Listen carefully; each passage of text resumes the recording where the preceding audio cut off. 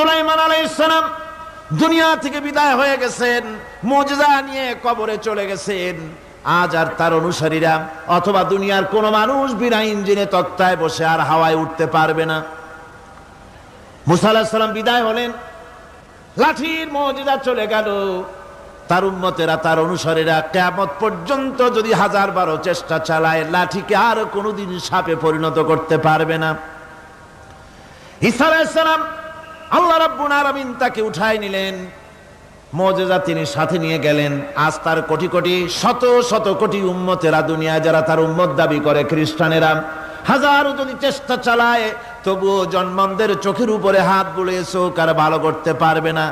কুষ্ঠবেদীগ্রস্ত লোকের গায়ে হাত বুলিয়ে কুষ্ঠবেদী ভালো করতে পারবে না। তার মানে হলো, নবীরা যে যা যত মুজিজা পেয়েছিলেন, জীবদ্দশায় মুজিজা কাজে লেগেছে, দুনিয়া থেকে বিদায় হয়েছেন, মুজিজা সাথে নিয়ে গেছেন।